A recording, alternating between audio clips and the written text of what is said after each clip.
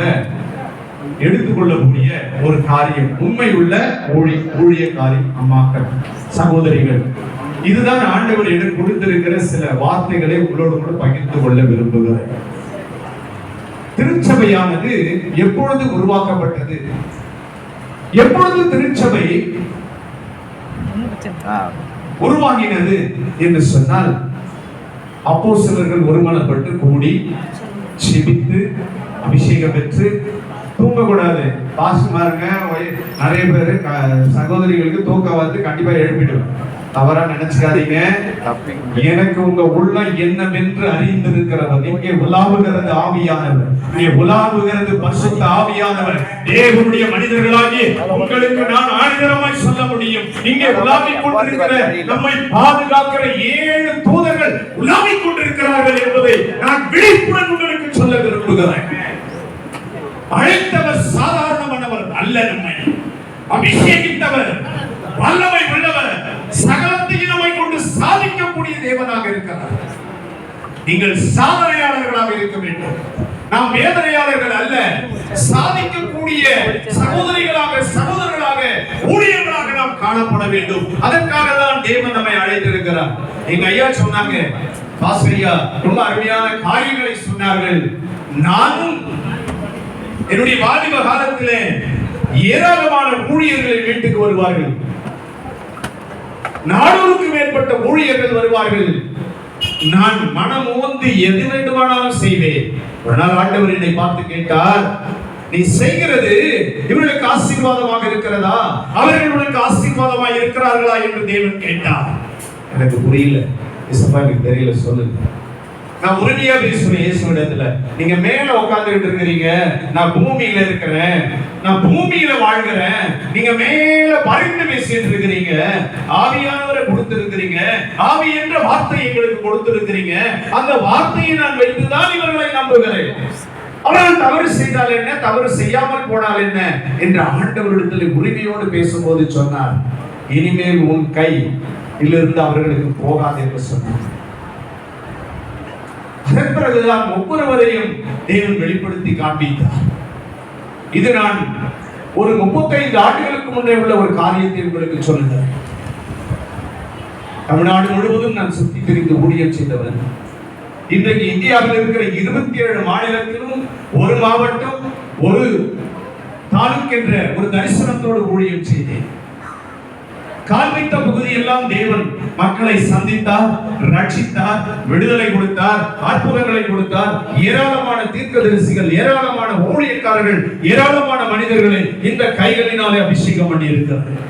என்னுடைய சாபனம், எனக்கு 6 விதமான சாபனத்தின் தலைவராக இருக்கின்றேன்.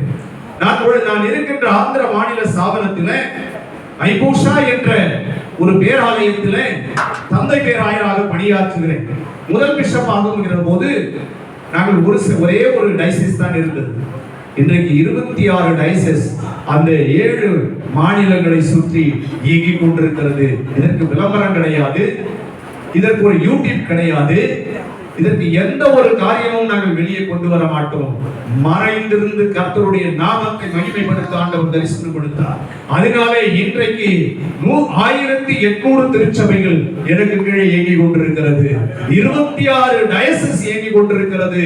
இதற்கு நான் தகுதி உள்ளவன் ஆவதற்கு நான் எத்தனையோ பாடுகளை அனுபவித்திருக்கிறேன். உங்களுக்கு தெரியாது. அப்போ உண்மை உள்ள ஊழியரை கர்த்தர் எப்படி தேர்ந்தெடுப்பார்? உண்மையான ஊழியருக்கு கற்றுக் கொடுப்பார். ஏமாற்றுகிறவர்கள் இருக்கிறார்கள், கள்ள போதகர்கள் இருக்கிறார்கள், கள்ள தீர்க்கதரிசிகள் இருக்கிறார்கள், கள்ள சுவிசேஷகர்கள் இருக்கிறார்கள். ஆனால் நாம் அறிந்து கொள்ளக்கூடிய தெய்வீக ஞானத்தை தேவன் நமக்கு தருகின்றவராக இருக்கின்றார். அந்த தெய்வீக ஞானம் உண்மையுள்ள ஊழியருக்கு அவர் ஆவியின் கண்களை திறந்து கொடுக்கிற ஆவியானவராக அவர் காணப்படுகின்றார். சாதாரணமானவர் அல்லவர், அசாதாரணமான தேவனவர், மகிமை உள்ள தேவனவர், மகத்துவம் உள்ள தேவனவர், சகலத்தையும் செய்வார். நான் இந்த தமிழ்நாட்டிலே என்னுடைய குடும்பம் ஒரு பெரிய குடும்பம். என் தாத்தா பெயரை சொன்னாலே ஒரு பெரிய குடும்பம் தான்.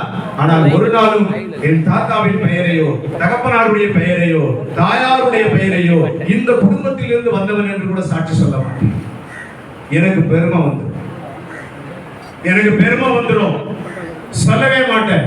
என் வீட்டிலே நூற்றுக்கணக்கான வேலைக்காரர்கள் இருந்தார்கள். அதை கூட சொல்ல மாட்டேன். இயேசு எனக்கு என்னை எப்படி அழைத்தார், எப்படி என்னை அழைத்தார் தெரியுமா? 17 வயதாக இருக்கிற பொழுது நான் ஒரு ஸ்டேட் பிளே வெஸ்டர்ன் கலாச்சாரத்தில் ஒரு பெரிய டான்ஸ் ஆடக்கூடிய ஒரு வெஸ்டர்ன் டான்சராக இருந்தேன். பலவிதமான உலக படிப்புகளை படித்திருக்கிறேன், இறை படிப்புகளை படித்திருக்கிறேன். இவைகள் எல்லாம் நம்மை நடத்தாது. நம்முடைய படிப்பு பட்டம் போட்டுக் கொள்ளலாம், இறைவனியின் பட்டம் போட்டுக் கொள்ளலாம், இவையெல்லாம் நம்முடைய வாழ்க்கையில வெளிச்சத்திற்கு கொண்டு வராது.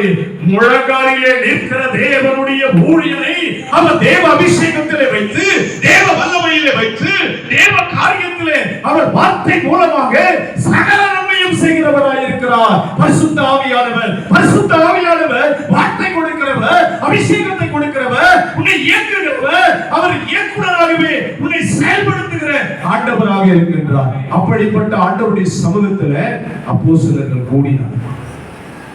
2ஆம் அதிகாரத்துல உங்களுக்கு தெரியும், அப்போஸ்தலர் வசனம் தெரியாதவங்க யாரும் இல்லை. ஒருமனப்பட்டார்கள், பரிசுத்த ஆவி பலமாய் இறங்கினது. 120 பேர் சகோதர சகோதரிகளாக அப்போஸ்தலர்களாக ஒருமனப்பட்டு ஜெபித்த பொழுது தேவ மகிமை இறங்கியது, தேவ வல்லமை இறங்கியது, அபிஷேக வல்லமை இறங்கியது, வெளிப்பாடுகள் இறங்கினது, தரிசனங்கள் இறங்கினது. நான் பேசிக் கொண்டிருக்கிற பொழுது ஆவியானவர் அநேகருடைய உங்கள் கண்களை இன்றைக்கு திறப்பார். உங்கள் ஊழியத்திலே ஒரு வித்தியாசத்தை காட்டுவார், உங்களுடைய சபையிலே ஒரு வித்தியாசத்தை காட்டுவார். சபையிலே குள்ளநெறி இருக்கிறதா, பெருநெறி இருக்கிறதா, அவைகளை அப்புறப்படுத்துகிற காலத்துக்குள்ளே இருக்கிறோம். அருமை தெய்வ பிள்ளையே, இன்றைக்கு ஆண்டவர் உண்மை உள்ள ஊழியனுக்கு ஒரு குறைய வைக்க மாட்டார். 17 வயதில் அடியெடுத்து வைத்து என் ஊழியம் எப்படி ஆரம்பிக்கப்பட்டது? காது கேளாதவர்கள், வாய் பேசாதவர்கள், கண் காணாதவர்கள் மத்தியிலே வேலூர் மாவட்டத்திலே பங்களாமேடு என்று சொல்லக்கூடிய பேரணவட் பகுதியிலே இந்த ஊழியத்தை ஆரம்பித்தோம். சுத்துவட்டார கிராம மக்களுக்கு எனக்கு தமிழ் பிரசங்கம் வராது, தமிழ் ஆசிரியர் அடிப்படை ஸ்கூல் கூட போக மாட்டேன்னு சொன்னார். ஆனால் என் ஆண்டவர் என் முழங்காலில் என்னை நிறுத்தி என்னை உபவாசிக்க வைத்து எனக்கு பல பயிற்சிகளை கற்றுக் கொடுத்து இந்த தமிழை ரொம்ப அழகாக கற்றுக் கொடுத்து, நான் தமிழை நேசிக்கிறவன், நான் தமிழ் மேல் பற்று கொண்டிருக்கிறவர். பல மொழிகள் தெரிந்திருந்தாலும் கூட என் தமிழ் மண்ணுக்காக, தமிழ் மக்களுக்காக பல ஆண்டுகள் இங்கே இறைப்பணி செய்துதான் ஆண்டவர் ஒரு வார்த்தை கேட்டார். நீ பிரபலமாய் இருக்க விரும்புகிறாயா, பிரபலம் இல்லாமல் ஊழியம் செய்ய விரும்புகிறாயா என்று கேட்டார். நான் உங்களை பார்த்து கேட்கிறேன், நீங்கள் பிரபலமாய் ஊழியம் செய்ய விரும்புகிறீர்களா, பிரபலம் இல்லாமல் இருந்து ஊழியம் செய்ய விரும்புகிறீர்களா? சற்று யோசித்து பாருங்கள். நான் கேட்டேன், ஆண்டவர் எனக்கு தெரியாது, ஊழியத்தை பத்தி எனக்கு தெரியாது, அபிஷேகத்தை பத்தி எனக்கு தெரியாது, வசனம் எனக்கு தெரியாது, நீர் என்ன சொல்கிறீர் அதை சொல்ல. நீ பிரபலம் இல்லாமல் ஊழியம் செய்தார், பல லட்சம் மக்களை சுதந்திரிப்பாய் என்று சொன்னார். பிரபலம் இல்லாமல் நான் ஊழியத்தை ஆரம்பித்தேன், பிரபலம் இல்லாமல் அந்த ஊழியத்தை என்னை கொண்டு செய்தார். ஸ்கூல், சிறுவர் ஊழியம், வாலிபர் ஊழியம், குருசைடு ஊழியம், தீர்க்க தரிசன முகாம்கள், பல செமினார்கள், இப்படி பலவிதமான ஊழியங்களை எல்லாம் எனக்கு கற்றுக் கொடுத்து செய்ய வைத்து வட இந்தியாவுக்கு கொண்டு வட இந்தியா முழுவதிலும் ஊழியம் சும்மா செய்யல. நீங்களாம் அடிபட்டு இருக்க மாட்டீங்க. என்னுடைய இப்பு சர்ஜரி, பிளாஸ்டிக் சர்ஜரி, என் கண் பாதிக்கப்பட்ட கண், ஒரு கண், என் மண்டையில் 16 தையல், சாதாரணமாக கற்றுக் கொடுக்கவில்லை, எல்லாவற்றையும் கற்றுக் கொடுத்து இன்றைக்கு ஒரு வாலிபனை போல வைத்திருக்கிறார், ஒரு வாலிபனை போல ஊழியம் செய்ய வைத்திருக்கிறார். என்ன கேட்பாங்க, வயசு தானே? என் வயசை மட்டும் கேட்காது, என் வயசை கேட்டாங்க கோபம், என் வயசை கேட்காத. இங்க ஏசப்பா 33 வயது உடையவர், நானும் அவரை போல அவருடைய அபிஷேகத்தை பெற்றவர். 33 வயசு தான் எனக்கு. நீங்க என்ன நினைச்சீங்க? நான் என்றும் இளமை.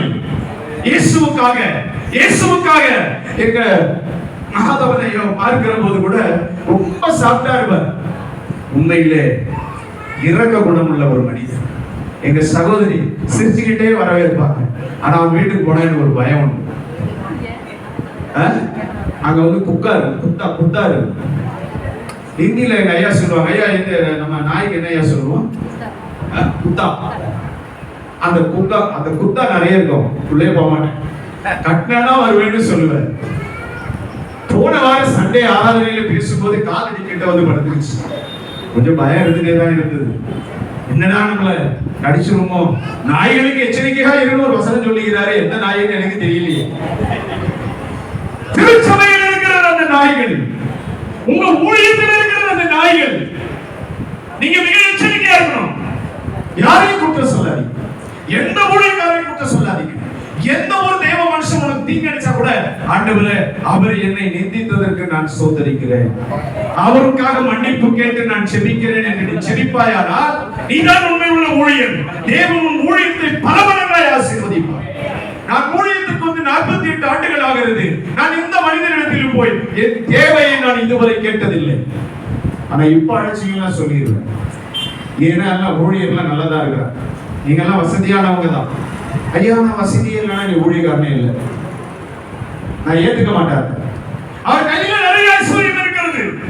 மோசேக்கு தேவன் பெருதான ஆசீர்வாதத்தை கொடுத்தார். மோசே எப்படி இருந்தார்?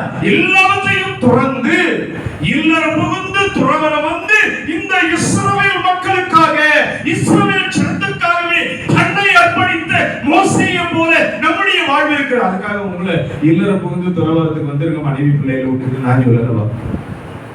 இன்னைக்கு நிறைய பேரை பார்த்திருக்கிறேன். ஆயிரக்கணக்கான ஊழியர்களின் இடத்துல ஆர்டினேஷன் வாங்கி இருக்கிறார். லட்சக்கணக்கான மக்களுக்கு சுவிசேஷம் அறிவிக்கப்பட்டிருக்கிறது. என்னை குறித்த பெருமை எனக்கு கிடையாது.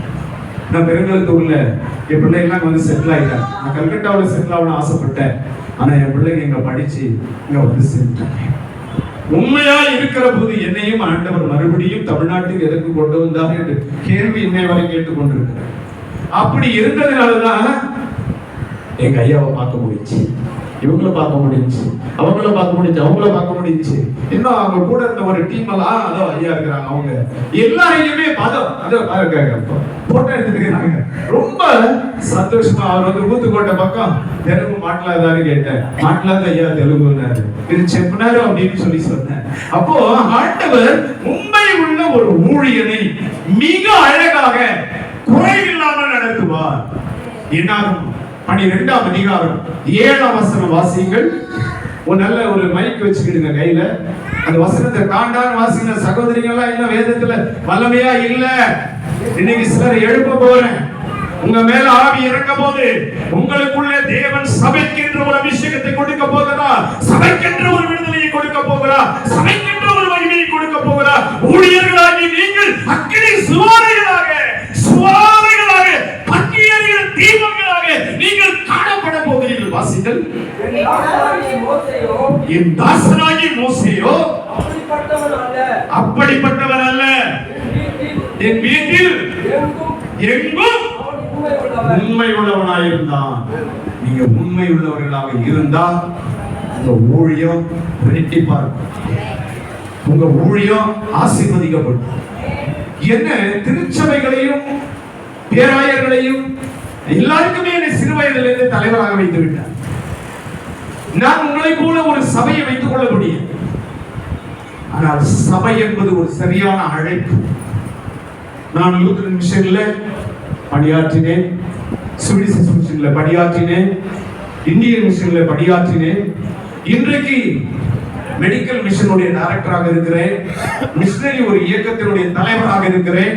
இந்த பிபி மிஷனை தீர்க்கதரிசன இந்த ஊழியத்தை பவுல் பண்ணி இது மூலமாக ஒரு 30 பேர் கொண்ட ஒரு குழு இருந்து 100 மிஷனரிகளை தாங்குகிறார்கள்.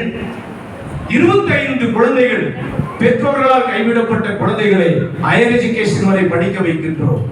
எனக்கென்று எந்த சொத்தை நான் வச்சுக்கிறேன்? எனக்கென்று சொத்து சேர்த்திருந்தா நீங்க ஆந்திர மாநிலத்துல குப்பம் டிஸ்ட்ரிக்ட்ல எனக்கு ஒரு மெடிக்கல் காலேஜ். உண்மையாதான் சொல்றேன். ஆனா தேவன் சொன்னதை செஞ்சேன். சபைகளை கட்டி கொடுத்தேன், ஊழியர்களை உருவாக்கினேன், ஏழை பிள்ளைகளை படிக்க வைத்துக் கொண்டிருக்கோம். இப்படி பல காரியங்களை மறைந்திருந்து செய்து கொண்டிருக்கோம். நீ என்ன செய்ய? உங்க சபையில ஒருத்தரையாவது நல்லா படிக்க வச்சு ஏழை பிள்ளைய ஒரு டாக்டர் ஆக்கி இருக்கிறீங்களா? ஒரு இன்ஜினியர் ஆக்கி இருக்கிறீங்களா? சொல்லுங்க. இல்ல ஒரு ஸ்கூல் டீச்சர் ஆகி இருக்கிறீங்களா? இல்லாதவர்களுக்கு, இருக்கிறவர்களுக்கு நான் சொல்லவில்லை. இதை நீங்க செய்யலன்னா நீங்க எப்படி தேவனுடைய ஆசாரியர்களாய் இருக்கிறீர்கள்? பிரதான ஆசாரியர்களாய். இந்த பிரதான ஆசாரியத்துவத்திலே புதிய ஏற்பாட்டு காலத்திலே இயேசு என்ன செய்தார்? இயேசு எப்படிப்பட்ட காரியத்தை செய்தார்? இயேசு எந்த சூழ்நிலையை நம்மை கொண்டு வந்தார்? எங்க உண்மை உள்ள ஒரு ஊழியனாய் யாரு? மோசே. இரண்டாவது, ஆபிரகாம் எப்படி இருந்தார்? இருதயத்துக்கு உண்மை, நேர்மையும் உண்மை உள்ளவருமாய் இருந்தார். நெகேமியா 9ஆம் அதிகாரம் 7-8 நீங்கள் வாசித்து பாருங்கள். எங்க உண்மை உள்ளவராக இருந்தார்? ஆபிரகாமை குறித்து அபிராமை ஆபிரகாமாய் மாற்றின பொழுது தேவன் அவருடைய உண்மையை குறித்தார். அவர் ஒரு தீர்க்கதரிசியாக இருந்தார். அவர் கால் வைத்த இடமெல்லாம் தேவன் ஆசீர்வாதத்தை கொடுத்தார். நீங்க கால் வைக்கிற இடத்துல சோதனை வருது, போராட்டையா வருது. எவ்வளவு நேரம் முழங்கால நிக்கிறீங்க?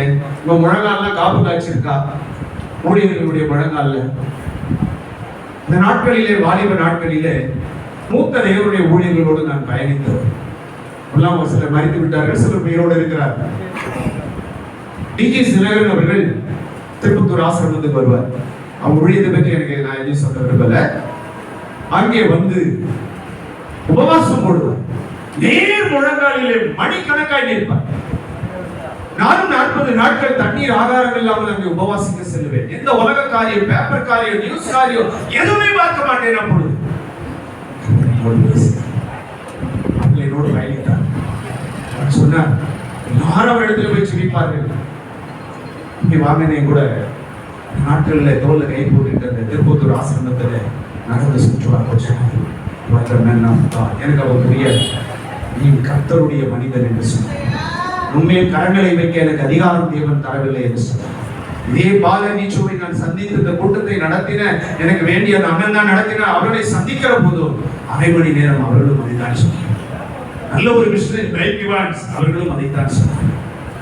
பல தேவ மனிதர்களுடைய ஆலோசனைகளை கேட்டேன், நல்லதை எடுத்துக்கொண்டேன், எதை செய்ய வேண்டுமோ தேவனுக்கு செய்ய ஆரம்பித்தேன். தேவன் என்னால் வரை இன்னும் உபயோகித்துக் கொண்டிருக்கிறார், இன்னும் அநேகருக்கு உபயோகித்துக் கொண்டிருக்கிறார். ஒருவேளை படப்பை வட்டாரத்துல இந்த ஐயா ஒவ்வொரு தலைவராக இருந்தாலும் அவரை கொண்டு ஐக்கியம் மாத்திரமல்ல, இன்னும் ஒரு பெரிய காரியங்களை செய்ய தேவன் ஆரம்பித்துக் கொண்டிருக்கிறார். அது பெரிதான திட்டமாக அது செயல்பட போகிறது. அதற்கான ஆலோசனைகளை இடத்திலே கேட்டார். இதை இப்படி செய்தால் இப்படி செய்யுங்கள், இப்படி செய்யுங்கள், தேவன் நிச்சயமாய் செய்வார். அதற்காக தான் உங்களை வெளியிலே எடுத்திருக்கிறார் என்று ஆணித்தரமாக தேவன் பேசினார்.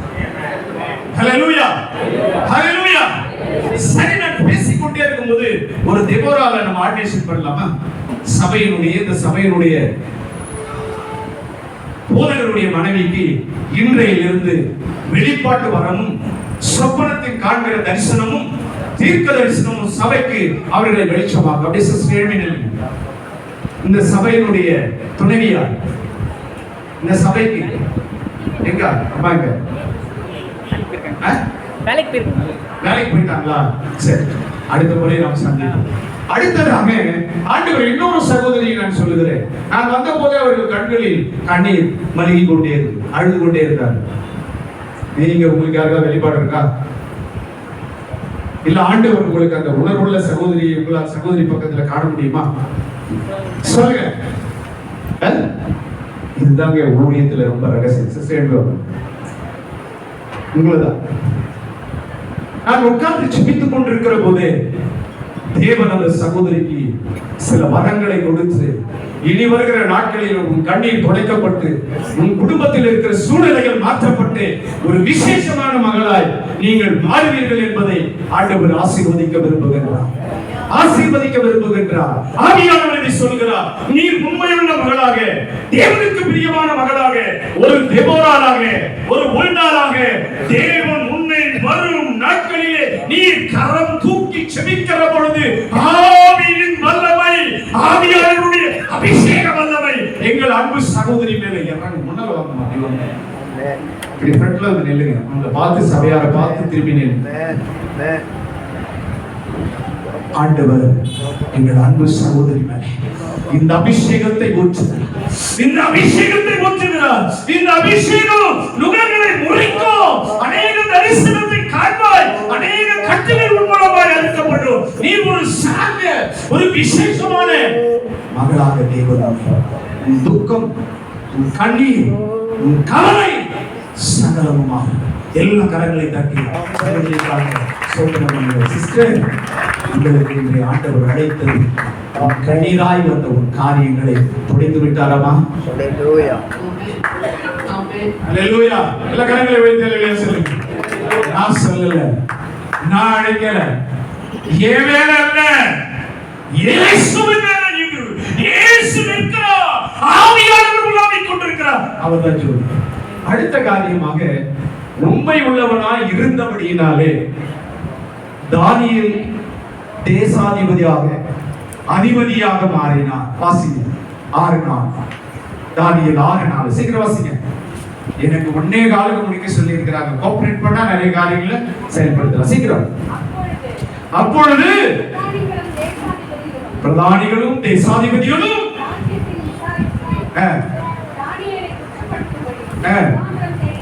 முகாந்திரம் தேடினாங்க, முடியவில்லை. கூடாதது முடியவில்லை. போதும். அங்கே ஒரு குற்றத்தையும் தானியேலை கண்டுபிடிக்க முடியும். இயேசுவின் பிள்ளையா இருந்தா எந்த மந்திரவாதியா இருக்கட்டும், எந்த ஞானம் எப்படிப்பட்ட அதிபதியா இருக்கட்டும், உங்ககிட்ட நெருங்க முடியும். உங்ககிட்ட நெருங்க முடியாது. உங்ககிட்ட நெருங்க முடியாது. தேவ அபிஷேகம் அப்படிப்பட்டது. அக்கினி சுவாலையானது. அக்கினி பற்றி எரியும். அக்கினி அதை மாற்றி அமைக்கும். ஆண்டவர் சொல்றார், மாற்றி அமைக்கும். எத்தனை பேர் விரும்புறீங்க? ஹல்லேலூயா, ஹல்லேலூயா, ஹல்லேலூயா, ஹல்லேலூயா, ஹல்லேலூயா, ஹல்லேலூயா. கர்த்தருடைய மகிமை தானியேல் மேல் இருந்தது. இன்றைக்கு வந்திருக்கிற அநேக தேவ ஊழியக்காரர்கள் மேல் அந்த வல்லமையா இருக்கு. இனிமேல் நீங்க குறையாக்க மாட்டீங்க. மரக்கறியை ருசித்த தானியேல் முகப்பிரகாசமாக நல்லா பிக் பிரியாணி, அதாவது பிக் மட்டன், பஃபலோ, சோட்டா பஃபலோ, பிக் பஃபலோ, அப்புறம் அண்டா, வேற நிறைய பிரியாணிகள் இருக்கு. நிறைய நம்ம சாப்பிடணும். இதெல்லாம் நம்ம சரீரத்துக்கு உள்ளே போய் வாய்க்கு ருசியா இருக்கு, தலைவனத்தை தான் கொடுக்கும். ஆனால் கர்த்தருடைய வசனம் உள்ளே இருக்கு. கர்த்தருடைய மரக்கறிகளை நீங்கள் உண்டாகும். உங்க வாழ்க்கையில ஆவியானவர் பெரிய காரியத்தை செய்வார். உங்க முகமெல்லாம் பிரகாசமா இருக்கும். உங்க முகத்துல தூக்கம் வராது. சபைக்கு போக தூக்கம் வரும். இங்க போதகரெல்லாம் உட்காந்து இருப்பாங்க. ஒரு சில போதகர் தூங்குவாங்க. நான் எழுப்பி கீழே அனுப்பிடுவோம். தூக்கம் ஆவி எனக்கு கொடுக்குறாரு. இப்படி யாருன்னா தூங்கலாம் கீழே போயிட்டு இல்லை. யாருக்கும் பயப்பட வேண்டிய அவசியம் இல்லை. என்ன அழைத்தாலும் சரி, அழைக்காவிட்டாலும் சரி, அதை பற்றி நான் எனக்கு ஏராளமான ஊழியத்தை தேவன் கொடுத்திருக்கு. உள்ளதை உள்ளது என்று பேச வேண்டும். உண்மையை பேச வேண்டும். தேவனுக்காக வாழ வேண்டும். தேவனுக்காக நிற்க வேண்டும். அதுதாங்க ஊழியம். இதை செய்யாம நம்ம ஊழியர்கள் தான் நீங்க அவன் சரியில்லை, இவன் சரியில்லை, அப்படி போயிட்டா அப்படி போயிட்டானே இதெல்லாம் நீங்க சொல்லாதீங்க. சரியில்லையா சரியில்லாம போட்டோம். உனக்கு என்ன உற்று புரியுது? உன்னை ஏமாத்தினானா கர்த்தர் பார்த்துக்குவார். உனக்கு துரோகம் செய்தானா கர்த்தர் பார்த்துக்குவார். தானியேலுக்கு செய்யாத துரோகமா? கடைசியான என்ன வந்தது? தானியேலுக்கு துரோகம் செய்தவங்க எல்லாம் நல்ல என்ன வந்தது? வாய்கரன் சொல்லுகிற ஊழியக்காரி அம்மாக்களே, என் கூத்துக்களே, என் பெத்தவார்களே சொல்லுங்க. எலும்பே பெஞ்சது. அப்ப உன்னை எதிர்க்கிறவனுக்கு எலும்பு இருக்குமா? சர்ஜரி கூட பண்ண முடியாது. சர்ஜரி பண்ண முடியாது. அந்த ஊழியக்காரனுக்கு சொல்ல. 4வது வாசிங்க 1 தீமோத்தேயு 1:12 வாசிங்க. தேவனுக்கு ஊழியம் செய்வதில் உண்மை உள்ளவன். வாசிங்க 1 தீமோத்தேயு 1ஆம் அதிகாரம் 12ஆம் வசனம். என்னை பலப்படுத்துகிற யாராவது ஒருத்தர் வாசிங்க. என்னை பலப்படுத்துகிற கர்த்தராகிய இயேசு கிறிஸ்து உண்மை உள்ளவன் என்று எண்ணி ஏற்படுத்தினபடினால் அவரை சோதனை சோதனை பண்ணுங்க. கையில் தண்ணி உண்மை உள்ள மகனாக மகளாக ஊழியராக நல்ல கையில தட்டி உற்சாகப்படுத்துங்க. அவர் சந்தோஷப்படுகிறார், அவர் நமக்காக பரிந்து பேசுகிறார், ஆவியானவர் மகிழ்ச்சி அடைகிறார், நம்மை இயக்குகிறார். ஆவியானவர் இல்லாம வார்த்தை இல்லாம எதையும் சாதிக்க முடியாதுங்க. அவங்கெல்லாம் ஒழிந்தரும், தீர்க்கதரிசனங்கள் ஒழிந்தரும். என்னை அழைத்தார், எரேமியா 1:5 படிதான் அழைத்தார். நாவை இழுத்து வெளியே வைத்து வார்த்தை எழுதினார்.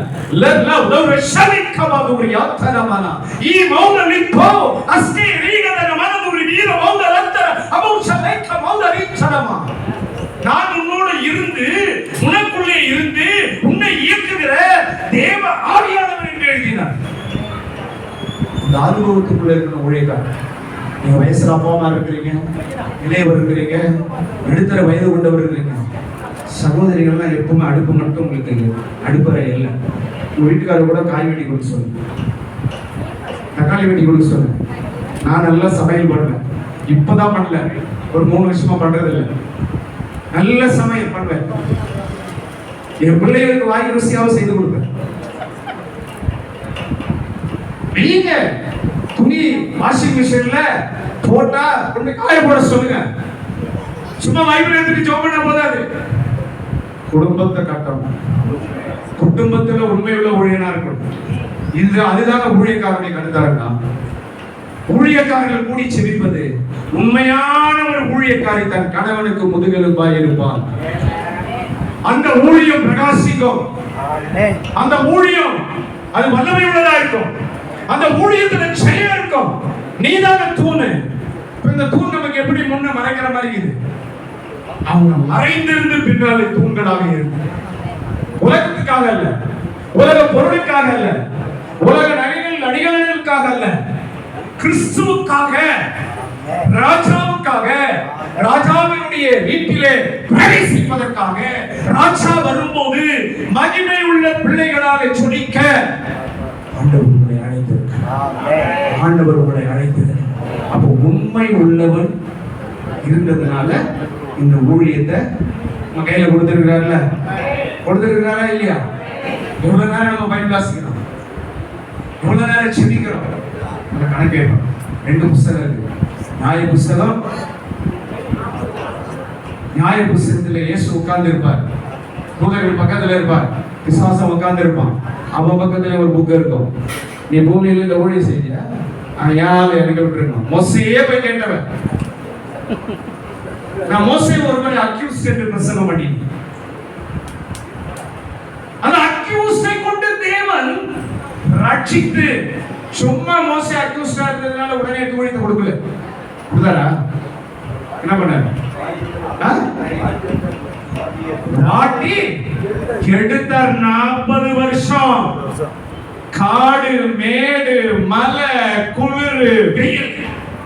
உங்களுக்கு தெரியாது, 27 மாநில தண்ணி இந்த உடம்புல இருக்கு, 27 மாநில சாப்பாடு இந்த உள்ளத்துல இருக்கு, இந்த வயிற்றுல போயிருக்கு. அந்த மாநில ஆணைகள் என் மேலே பதிந்திருக்கிறது. காரணம், பாட்டி வளைத்தார், உருவாக்கினார், உத்தரவு கொடுக்கல, உருவாக்கினார். என்கிட்ட காசு இல்லைன்னா என்கிட்ட காசு இல்லைன்னு சொல்ல மாட்டேன். திடீர்னு எனக்கு காசு வேணும்னா எங்க தம்பி ஒருத்தர் போன் பண்ண, எனக்கு வேணும்னா இல்லைன்னு சொல்ல மாட்டாங்க, உடனே அனுப்பிடுவாங்க. எல்லார்கிட்டையும் இல்லை, அதை உடனடியாக நிவர்த்தி செய்வாங்க. என் பிள்ளைகள் கிட்ட கூட நான் பணம் கேட்க மாட்டேன், என் மனைவி கிட்ட கூட 10 ரூபாய் கொடுத்து கேட்க மாட்டேன். இதுவரை கேட்டது இல்லைங்க. அவங்கள ஒரு விஷயம்ல, ஒரு சில்ட்ரன்ஸ் டிபார்ட்மெண்ட்ல அண்ணன் தெரியும் பொறுப்பாளராக இருந்தாங்க. அவங்களுக்கு தெரியும், என்னை பற்றி அவங்களுக்கு தெரியும். சாட்சிக்காக வாழ்கிறவர், நேர்மைக்காக வாழ்கிறவர், உண்மைக்காக வாழ்கிறவர், ஆத்மாவுக்காக வாழ்கிறவர். இன்றைய வேதனை தமிழ்நாட்டில் சபைகளை குறித்த ஒரு அழுக்குரல் என் காதுகளுக்கு ஒலித்துக் கொண்டே இருக்கிறது. தமிழ்நாட்டு சபைகளை குறித்து, தமிழ் மக்களை குறித்து தேவன் அழுது கொண்டிருக்கிறார். அழுது கொண்டிருக்கிற அந்த கூக்குரல் அடிக்கடி என் காதுகளில் அந்த சத்தம் கேட்கும். மகனை எழுந்து, இரவிலே நான் தூங்கி அதிக நாட்கள் ஆகிவிட்டது. 2 மணி நேரம், 1.5 மணி நேரம் தான் எனக்கு தூக்கம். பல ஆண்டுகள் ஆகிவிட்டது. தேவ சத்தம் கேட்கும், தேவ சத்தம் கேட்கும். நீங்க யோசிக்கலாம், யோசேப்பு எங்க வாழ்ந்தார்? தானியேல் எங்க வாழ்ந்தார்? சொல்லுங்க, எங்க வாழ்ந்தாங்க அவங்க ரெண்டு பேரும்? யார் இடத்துல வாழ்ந்தார்கள்? அவங்க எங்க வாழ்ந்தாங்க? எங்க வாழ்ந்த? புறஜாதி மக்கள் மத்தியில, புறஜாதி ராஜா கிட்ட அவர்கள் வாழ்ந்தார்கள். புறஜாதி மக்களால் ஆகாரம், புறஜாதி மக்களால அவர் ஒடுக்க உட படுக்க இடம், ராஜபோகமான வாழ்க்கையை தேவன் கொடுத்தார். உடனே கிடைச்சதா? யோசேப்பு உடனே கிடைச்சதா? 13 வருஷத்துல நீங்க 50 வயசு உள்ள ஒரு பெண்ணை 55 வயசு இருக்கும்னு நினைக்கிறேன், ரிசர்ச்ல பார்த்தேன்னு நினைக்கிறேன். 55 வயசு உள்ள பெண்ணை 17 வயசுல லவ் பண்ண. சிந்திக்கிறீங்க? 55 வயசுல ஒரு பெண்ணு, அவன் அழகு, அவன் உடம்ப பார்த்து நான் உன்னை நேசிக்க. இன்னைக்கு அதான் நடக்குது உலகத்துல. ஒரு டீச்சர் 35 வயசு டீச்சர் 16 வயசு வரைக்கும் திருமணம் பண்ணி பேப்பர்ல பார்த்தா செய்தி கேட்டதானே தெரியும். நிறைய குறை சொல்லல, நிறைய போதகர்கள் டபுள் டக்கரா இருக்கிறாங்க. ஆமாங்க, என் வீட்டுக்கு நிறைய வந்திருக்கிறாங்க. சோமனா 2 மாலை காமிக்கிறார் ஆண்டவர். என்னடா 2 மாலை எப்படி ஒரு போதகருக்கு வரும்? நான் நினைச்சேன் ஆண்டவர் அவர் ஒரு அழைக்கிறதுக்காக ஒரு மாலை போடுறாரோன்னு நினைச்சேன். இடதுபுறம் வலதுபுறம் ஒரு மாலை. அப்ப நான் கேட்டேன், அது நான் ஒரு பேரை சொல்லி சும்மா கேட்டேன், எங்க யமுனா எங்க கன்னிகை எங்கன்னு கேட்டேன். அப்படியே காலில் விழுந்துட்டேன். உண்மை சம்பவங்களை சொல்லுறேன், அனுபவ சம்பவங்களை சொல்லுறேன். ஒருவேளை நம்முடைய வாழ்க்கையில் இந்த மாம்சிக இச்சை உங்க கண்கள் ஏற்படும். உன் மனைவிக்கு உண்மையா, உன் பிள்ளைகளுக்கு உண்மையா அதாங்க உபயோகிக்கணும். அவனை தான் தேவனா சொல்லுது. அவர்கிட்ட தான் உண்மை உள்ள பொறுப்பு. இல்லைன்னா நியாயத்திற்கு நாள்ல 2 அக்கினி இருக்கு சரிங்களா? 2 விதமான அக்கினியில தள்ளப்படுவோம். உண்மையா இருக்கு, உண்மையான வாழ்க்கை, உண்மையுள்ள ஜீவியம் நம்ம வாழ்க்கையில இருக்கும். ஒரு தேவனுடைய பிள்ளை ஒரு சபைக்கு வந்த பெண்ணை அழைத்து கொண்டு போய் கர்ப்பமாக்கி அதுக்கப்புறம் கல்யாணம் பண்ணார். அப்படியே ஊழியம் செய்கிறவர்கள் இருக்கிறார்கள். நான் குறை சொல்லவில்லை. நீங்க என்ன நினைக்கிறீங்க? நம்ம யாரும் அப்படி இருக்கிறோமா? ஒருவேளை உங்க வாழ்க்கையில சிந்தனையில இச்சைகள் வருகிறதா? உங்கள் இதயத்தில் இச்சை எண்ணங்கள் வருகிறதா? உண்மையற்ற வாழ்க்கை இருக்கிறதா? வாழ்க்கையில தேவனுக்கு ஒப்புக் கொடுங்கள். ஆண்டவர் உண்மை உள்ளவராய் இருந்தால் யோசேப்பை உயர்த்தினது போல தானியேலையும் உயர்த்தி அந்த ராஜ மேன்மை கொடுத்தது போல ராஜாவுடைய பணிக்கான மேன்மையை தேவன் உங்களுக்கு கொடுக்கிறவராய் இருக்கிறார். எங்க டேவிட் மியூசிக் டேவிட் அதானே நீங்க அவரை பார்த்த அந்த காலத்துல வாலிபத்துல என்ன ஓட்டம் ஓடுவார். என்ன ஓடி இன்னைக்கு பார்த்தேன். அன்னைக்கு எப்படி இருக்கிறாரு அப்படிதான் அவர் இருக்கிறார். அன்னைக்கு நான் எப்படி பார்த்தேனோ இன்றும் அப்படியாக இருக்கிறேன். நான் மறக்கவில்லை. அவர் என்ன தெரிஞ்சுக்கிட்டாரா தெரியாது. ஆண்டவருடைய சமூகத்துல ஆண்டவருடைய பிள்ளைங்க அப்படின்னா. அடுத்தது இன்னொரு ஒரு வசனம் எபேசியர் 6:21. சீக்கிரம் வாசிங்க. எபேசியர் 6:21. சரிங்களா? விசுவாசிகளை மட்டும் நம்ம கடிந்து கொள்றோம். நீ எங்க ஜெபிக்கிற? உங்ககிட்ட எங்க வேதவசனம்? அன்றியும் காரியங்களும் என் சுப செய்திகளும் உங்களுக்கு தெரிய வரும்படிக்கு அவர் எல்லாம் பிரியமான சகோதரனும் கர்த்தருக்குள் உண்மையுள்ள ஊழியக்காரனும். யார் அவரு? தீது சொல்லுங்க. நல்ல சத்தமா சொல்லுங்க. நம்ம இருக்கிறோமா?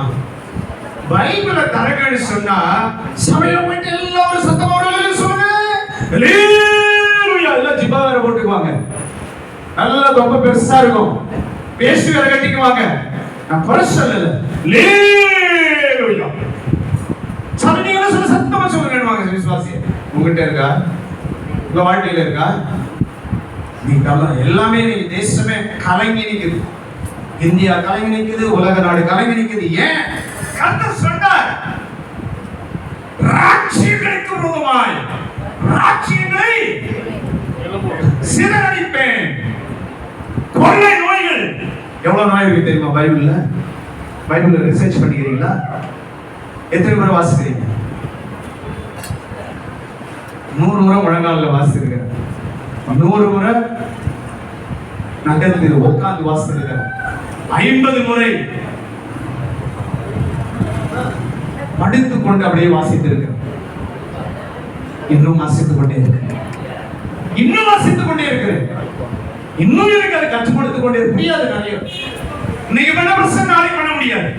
அப்போ இந்த தேவ மனுஷன் கர்த்தருக்கு உண்மை உள்ள ஊழியனாய் இருந்தார். நாம உண்மை உள்ள ஊழியனா இருக்கிறோமா? நம்முடைய எல்லாத்திலும் உண்மையா இருக்கணுங்க.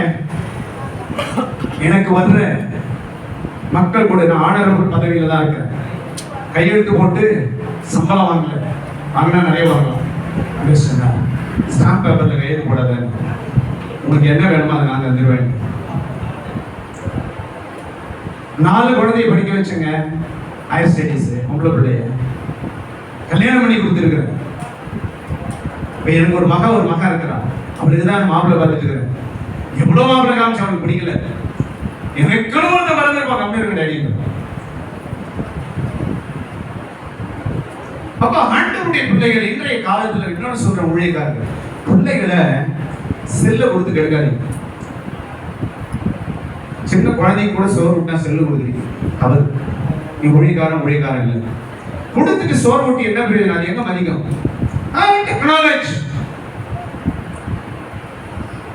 என் பொண்ணு எம்சிசில படிச்சா, அதிகசில சொல்லுவோம் அவ எம்சிசி எம்சிசிலாம் உருவாக இல்லை, நீ எங்கேயாவது படிய எல்லாம் நம்ம கிட்ட செல்ல.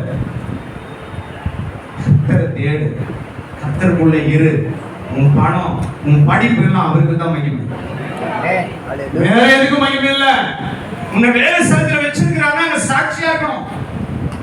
வாழ்ற வீடு பக்கத்துல சாட்சியா இரு, சாட்சியா இரு. அந்த உண்மை உள்ளவன் என்று இருந்தால் அவருக்கு எல்லா சகலத்தையும் அவர் செய்கிறவராக இருக்கிறார். வாசிங்க அடுத்த இன்னொரு வசனம் வாசிங்க. 1 கொரிந்தியர் 4:17 வசனம். எனக்கு நேரம் போதாது, எனக்கு 5 மணி நேரம் கொடுக்கணும். அதான் கான்ஃபரன்ஸ் தான் அதிகமாக விரும்புது. சொல்லுங்க சீக்கிரம் வாசிங்க. 1 கொரிந்தியர் 4:17. நான் வாசிக்கிறதை விட நீங்க வாசிக்கணும், வாயிலிருந்து வரணும் விரும்புறேன். இது நிமித்தமாக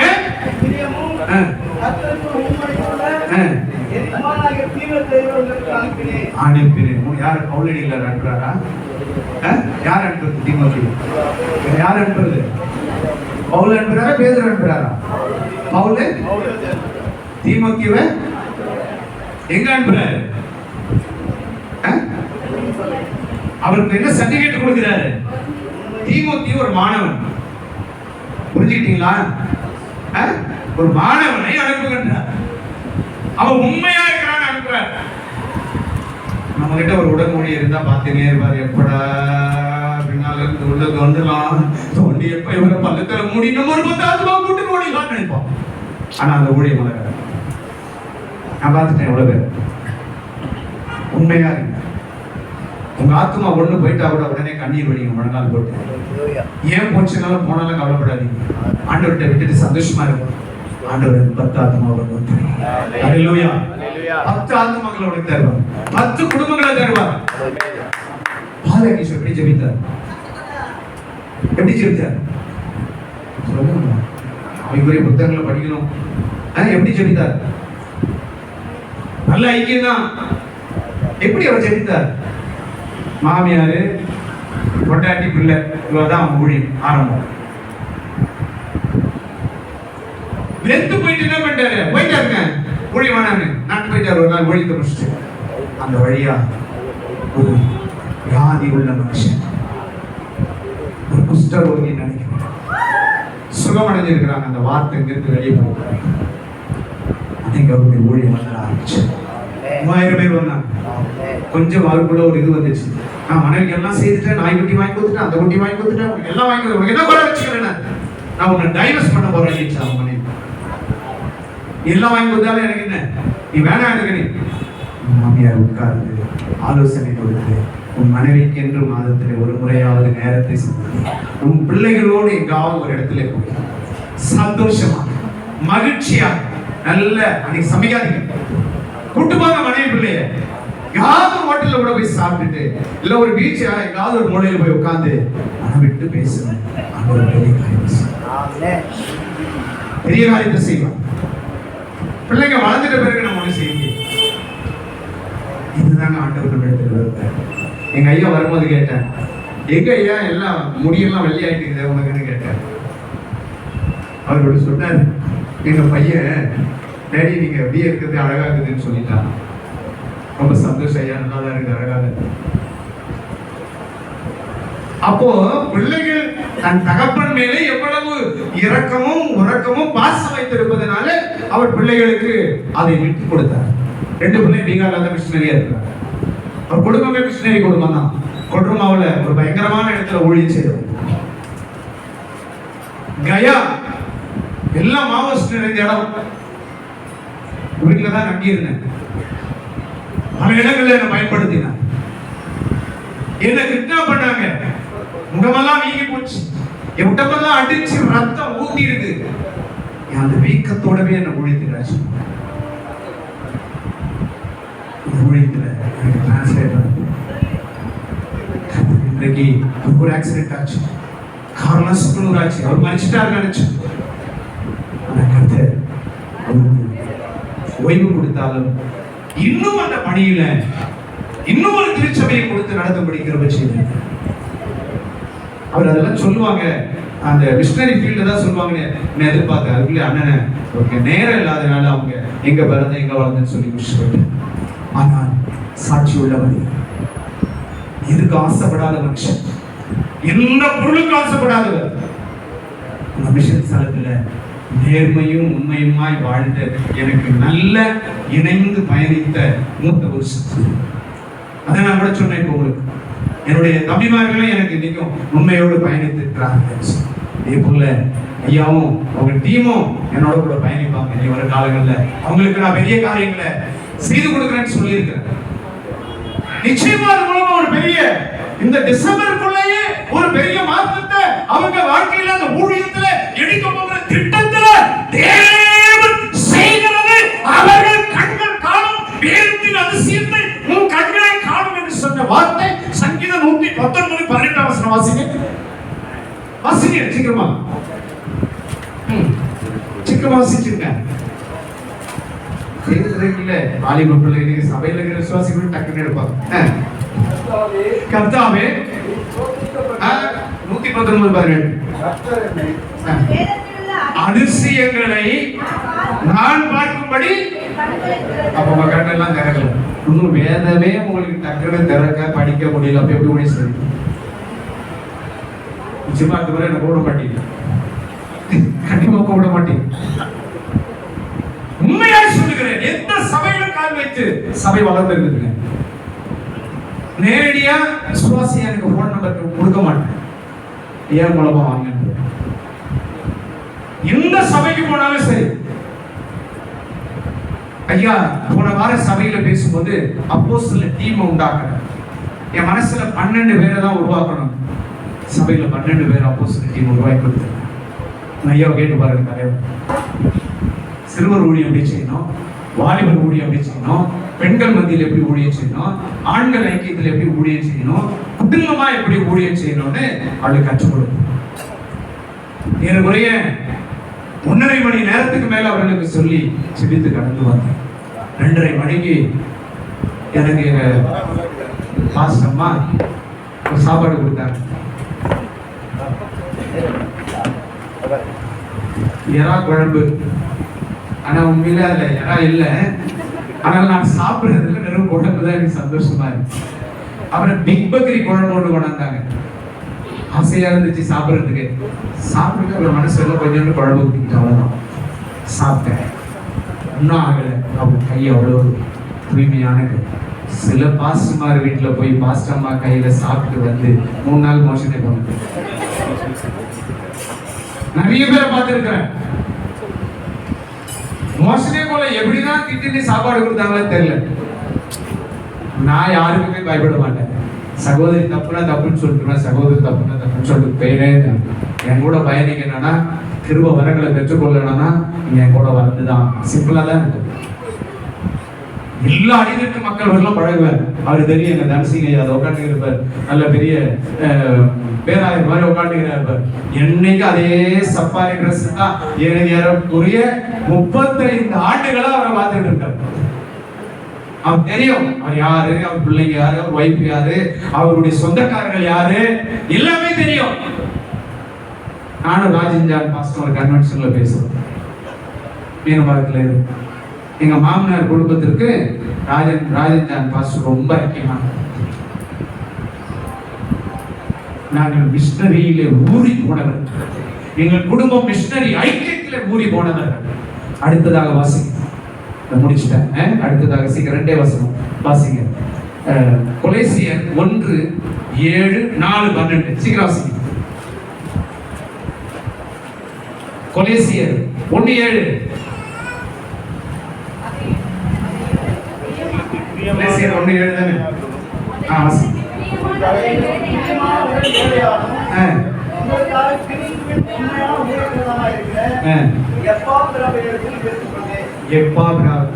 பெற்றுக்கொண்டேன். அது 4:12 வாசிங்க. கொலேசியர்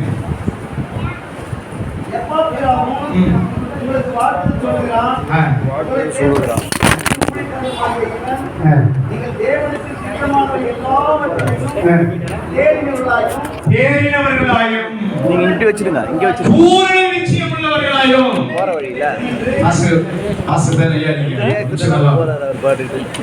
பக்கத்துல ஒரு ஏஞ்சல் நின்னுகிறேன், கூப்பிடுறாரு. அவர் நல்ல ஹல்லேலூயா. எல்லா கைகளும் வைத்துங்க.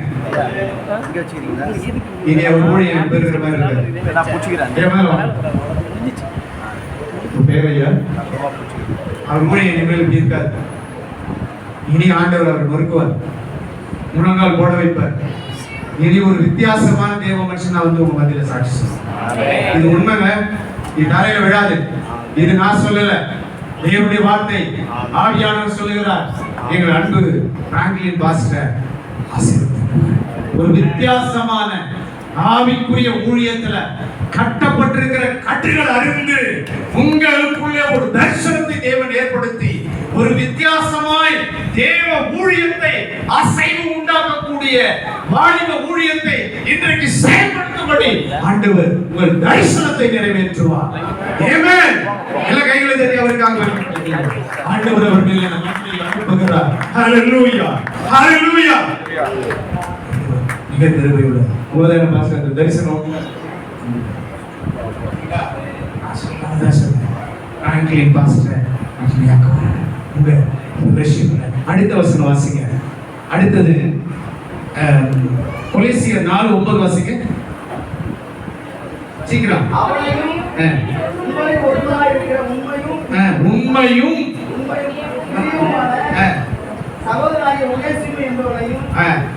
அனுப்பியிருக்கிறேன். ஒரு உண்மையா இருந்தாதான் அனுப்ப முடியும். என்கிட்ட உண்மை இல்லாத யாரும் வர முடியாது. அப்ப அவரை உண்மையா நான் நேசிக்கிறதுனால தான் அவங்கள பார்த்த நாட்கள் எல்லாம் அவர் கூட எப்பவே ஒரு 10 மாசம் கூடவே இருக்கிறார். 10 மாசம் மத்தியானம் சாப்பாடு கொடுக்குறாரு. அவர் 10 மாசம் சாப்பாடு மத்தியானம் நல்ல சாப்பாடு கொடுத்துறாங்க. உண்மையிலேயே அவருடைய குடும்பத்துக்காரு. எங்க வீட்டுல கூட யாரு வந்தாலும் நான் முதல்ல செய்ய வேண்டியது என்னன்னா, 1 மணிக்கு வந்து சாப்பிட்டீங்களான்னு கேட்பேன். ஐயா சாப்பிட்டேன். சும்மாலாம் கதை விடாது, உன் ஆவி எனக்கு தெரியாத உட்காரு. எங்க வீட்டம்மா சமைச்சு ரசத்தையாவது வச்சு ஒரு முட்டையாவது போட்டு கொடுத்துருவான். அது எங்க தம்பிமார்களுக்கு தெரியும். அவன் செல்ல பிள்ளை எங்க பாஸ்டர் லிவிங்ஸ்டன் அவர் லாப்பூர்ல ஊழியர். எங்க குடும்பத்துல ஒரு செல்ல பிள்ளை, அவருக்கு ஒரு செல்ல சகோதரன். எங்க வீட்டுக்கு வந்துட்டா மத்தியானத்துல ஆண்டவர் உபசரிப்பார். தூதர்களாக அவர்களை நமக்கு அனுப்புவார். அப்படி தூதரா வருவாங்க. நீங்க வெறுமையா அனுப்பிட்டேன்னா வீட்டுக்கு வந்தேனே, நீ எனக்கு சாப்பாடு கொடுக்கலையேன்னு கேட்பான். அல்லேலூயா. அடுத்ததாக அவங்க உண்மை உள்ளவர்களாக இருந்ததினாலே அவர்கள் எல்லாவற்றையும் சுதந்திரித்துக் கொள்கிறார்கள். அடுத்தது குலோமியன் அந்த அதிகாரத்தை எடுத்துக் கொள்ளுங்க. 17ஆம் வசனம். குலோமியன் தானே? குலோமோன் சாரி, குலோமோன் வாசிங்க. 17ஆம் வசனம். சீக்கிரம் சீக்கிரம்.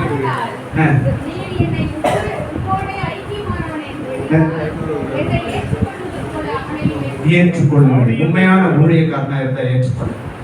தேவனுக்கு பிரியமா தான் ஏற்றுக்கொள்ளுங்க. நீங்க ஆண்டவர் அவரை ஏற்றுக்கொள்ளுங்க. ஊழியத்தை பெருசாக போற ஏன் எங்களை எல்லாம் ஆகலையா, எங்களுக்கு எல்லாம் வெளிப்பாடு இல்லையா? இருக்குயா, நேரம் இல்ல. ஆனா இனி உங்களுக்கு வெளிப்பாடுகளை உங்கள் வீடுகளிலே, நீங்கள் செபிக்கிற செபங்களிலே, உங்களுடைய தனி செபத்திலே, வேத தியானிப்பிலே தேவ ஆவியானவர் இடைப்பட்டு பேசுவார், பேசுவார், பேசுவார், பேசுவார், பேசுகிறவர், இயக்குகிறவர், அபிஷேகம் கொடுக்கிறவர். அடுத்த வசனம் 1 பேதுரு 5:12. வாசிங்க சீக்கிரமா, சீக்கிரமா வாசிங்க. உங்களுக்கு புத்தி சொல்லும்படிக்கோ நீங்கள் நிலை கொண்டு நிற்கிற கிருபை தேவனுடைய மெய்யான கிருபை தான் என்று சாட்சியிடும்படிக்கோ நான் சுருக்கமாய் உங்களுக்கு எழுதி எனக்கு தோன்றுகிறபடி உண்மையுள்ள சகோதரனாகிய சில்வானுவின் கையிலே கொடுத்து அனுப்பி இருக்கிறேன். சில்வான், சீலாம் பொறுப்புள்ளவர்கள், ஆக உண்மை உள்ளவர்களாக இருந்தால் அந்த காரியத்தை கொடுத்தாங்க. உண்மை இல்லைன்னா ஒரு காரியம் நடக்காது. ஊழியத்தில் ஒரு இடர்பாடு வந்து ஊழியத்தில் ஒரு உடைப்பு வந்தது.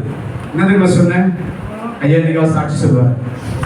சொன்னதை ஆண்டவர் நிறைவேற்றினார். என்னங்க ஐயா, கேட்டு பாருங்க உங்க தலைவர். ஐயா கவலைப்படாதீங்க, கர்த்தர் நினைத்திருக்கிறார் உங்களை. யாரும் ஒன்றும் செய்ய முடியாது. இந்த தலைமைத்துவத்தை உனக்கு கொடுத்திருக்கிறார். உன்னை கொண்டு செய்ய வேண்டிய வேலை நிறைய இருக்குது. படப்பை வட்டாரத்தில் ஒரு பெரிய காரியத்தை உன்னை கொண்டு செய்வார் என்று சொன்னேன். அதை செய்திருக்கிறதுனால தான் நீங்க எல்லாம் வந்திருக்கீங்க. ஹல்லேலூயா, ஹல்லேலூயா. இல்லைன்னா வர முடியாது. அவர் உண்மையாய் தேவனை நேசிப்பதனால தான் என்னை அவர் அழைத்திருக்கிறார். அப்படி சீக்கிரம் நானும் வரங்க ஐயான்னு சொல்ல மாட்டேன். நம்ம பார்க்காத ஃபெலோஷிப் இல்ல, பேசாத கூட்டங்கள் இல்ல. ஆனா யாரும் என்ன கூப்பிட்டா ஐயா காசு கொடுப்பீங்களான்னு என்கிட்ட கேட்க, நான் அப்படிப்பட்ட ஊழியத்துக்கு வர மாட்டேன். ஐயா நீங்க சாப்பாடு போடுவீங்களான்னு கேட்டாங்க, நான் வரமாட்டேன். அது ஊழியம் எனக்கு அல்ல. என்னை நீங்கள் கனப்படுத்தினால் என்னை சார்ந்து என்னோடு பயணிக்கிற மிஷனரிகளுக்கு உதவி செய்யுங்க. நான் படிக்க வைக்கிற குழந்தைகளுக்கு உதவி செய்யுங்க. நான் வருகிறேன் ஆனால் என் டிரைவருக்கு கூலி கொடுங்க. என்ன சொல்லுங்க? சும்மா நான் வந்துட்டு சாப்பாடு போட்டு நான் பிரசங்கம் வேண்டு போகிறது ஊழியமே கிடையாது. அந்த ஊழியம் நிலைக்காது, அந்த ஊழியம் வளராது. அதெல்லாம் பயிற்சி. நான் இந்தியாவில் எல்லா பகுதியும் பார்த்துட்டேன், எல்லாரையும் பார்த்துட்டேன். ஆந்திராவில் என்கிட்ட வந்தாங்க ஒரு குரூப். ஐயா காயின்ஸ், இந்த கோல்டு காயின் கொடுக்குறேன், இது கொடுத்தா 1 கொடுத்தா 10 கொடுத்தான்னு ஒரு வாடன் உன் காலில் செருப்பு கட்டுறான் காட்டுறானே. நான் பயப்பட மாட்டேன். அடிச்சுட்டாரு, நீ அடிக்கல நான் அடிப்பேன். கொடுத்த 2 பலார் 4 போதகர்கள் என்று சொன்னாங்க. ஓடிட்டான். எங்கேயாவது என் மாவட்டத்தில் உன்னை பார்த்தேன்னா நீ இருக்கவே மாட்டேன். நான் யாருக்கும் பயப்பட மாட்டேங்க. இந்தியா முழுவதும் சொல்றேன், என்னை தாங்க தெய்வம் இருக்கிறார். எனக்காக தூதர்களை இருக்கிறார், எனக்காக அந்நிய மனிதர்களை வைத்திருக்கிறார். நான் அடிபட்ட போது, நான் கிட்னாப் பண்ணப்பட்ட போது கூட தேவன் என்னை காப்பாற்றினார். எனக்கு புறஜாதி மக்கள் உதவி செய்திருக்கிறார். என்னுடைய நண்பர்கள் புறஜாதிகள் 15 திருச்சபைகளை கட்டி கொடுத்திருக்கிறார். அவர்கிட்ட காசு வாங்க. அப்பதான் யோசேப்பை பற்றி எடுத்து கொடுத்தார். அதான் கேட்ட பதிலே சொல்லல. தானியலை பற்றி எடுத்து கொடுத்தார். நீங்க ஒரு புறஜாதி என்கிட்ட வந்து தீபாவளிக்கு முறுக்கெல்லாம் கொடுத்தா நான் கவர்மெண்ட் சாப்பிடுவேன். நீ சாப்பிடுவியா? நீ ஆவிக்குரியவர். நாங்கள் எல்லாம் பூசலர், நாங்கள் எல்லாம் அப்படியே இதுல வந்தவர். ஏங்க இல்லைன்னா ஹோட்டல்ல சாப்பிட முடியாதுங்க. முதல் சாப்பாடு யாருக்கு வைக்கிறோம்? ஹோட்டல்ல. ஏங்க அவன் சுத்திட்டு காக்காய்க்கு போடுறான், எச்சல் காக்காய்க்கு போட்டுட்டு தான் நீயே ஒரு எச்சல் காக்கா போலதான் போய் சாப்பிட போற. யார் கொடுத்தாலும் வாங்கிக்குவேன், செவம் பண்ணுவேன்.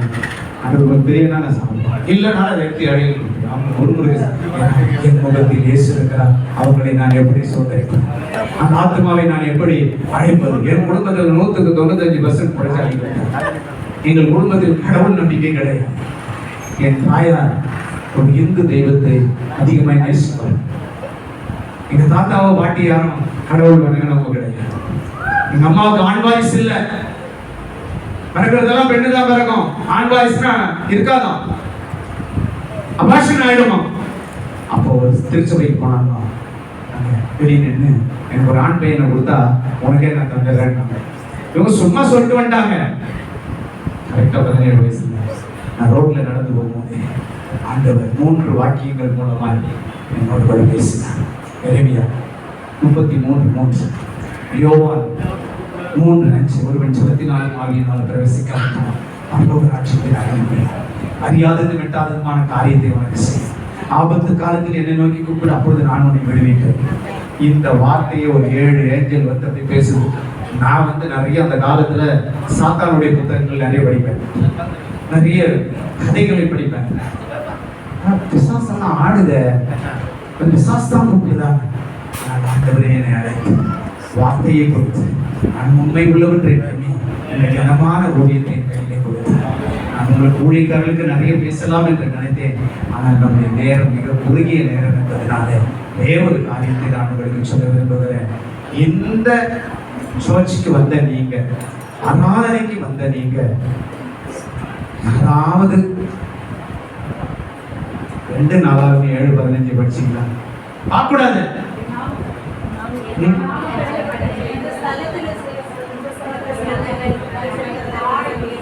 செவிகளுக்கு கவனிக்கிறவனாக இருக்கிறார். நான் எந்த சபைக்கு போனாலும் வசனம் எழுதியிருந்தா முதல்ல விசுவாசிகள் தான் கேட்பேன். எல்லாம் பிரசங்கத்தை மாத்திடுவார், அதை வச்சுதான் வசனம். இங்கே இந்த ஸ்தலத்தில் செய்யப்படும் ஜெபத்துக்கும் என் கண்கள் திறந்தவைகளும் என் செவிகள் கவனிக்கிறவர்களுமாய் இருக்கிறது. ஆண்டவர் உங்களை கவனிக்கிறவர், ஆண்டவர் உங்களை நேசிக்கிறவர், உங்கள் மேல் பிரியமாய் இருக்கிறவரா. எதிலும் பிரியமாய் இருந்தால் நீங்கள் ஆசீர்வாதம் பெறுவீர்கள். சங்கீதம் 1 நினைவு வைத்துக் கொள்ளுங்கள். கீர்த்தனால் புத்தகம் 3 தொடர்ந்து வருகிற எல்லா வாக்கியங்களும் தேவனுடைய நமக்கு சங்கமத்துல அந்த ஆசீர்வாதத்தை நான் நிறைய பேசணும்னு நினைச்சேன்.